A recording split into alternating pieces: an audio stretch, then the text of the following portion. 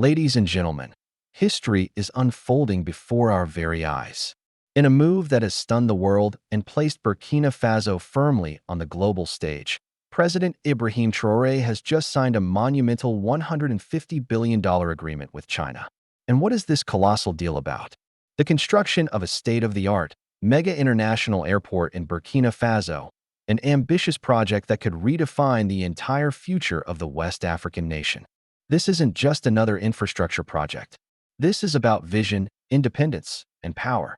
It's about an Africa that refuses to be left behind, an Africa building its own destiny. Stay tuned, because today we're diving deep into how this deal came to be, why it matters, and what it means not just for Burkina Faso, but for the whole African continent.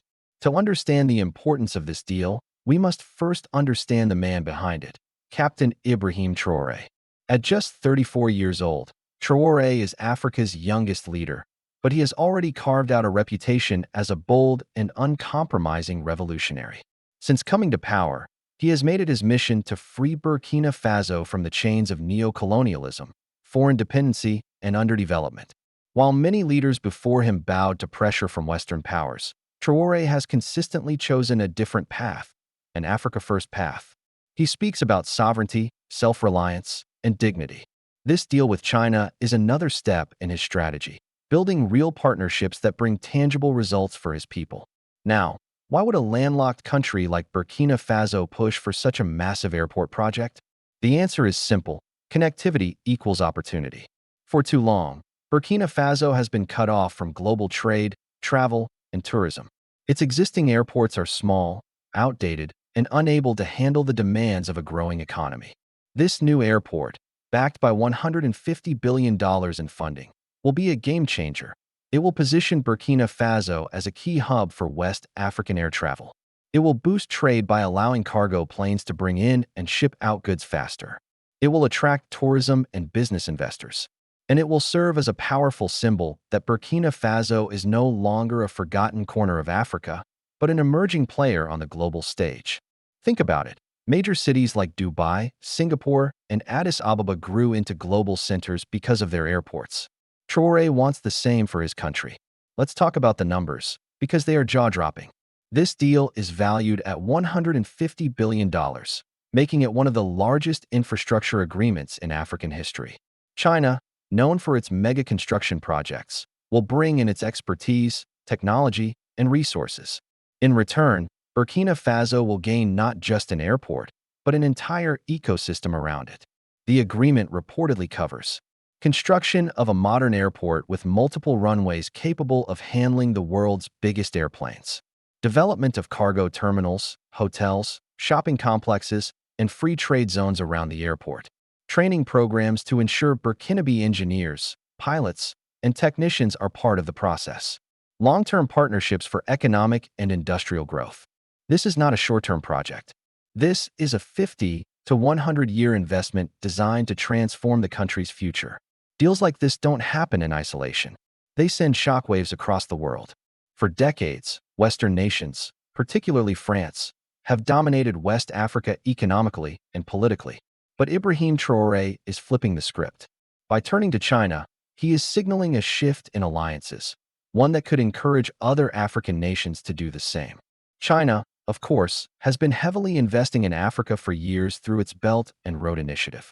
But this deal with Burkina Faso takes things to a new level.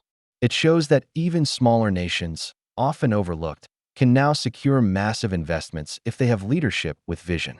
This is also a clear statement. Africa no longer wants charity or aid. Africa wants partnerships, trade, and equal respect. Let's zoom in on what this means for ordinary Burkinabe citizens.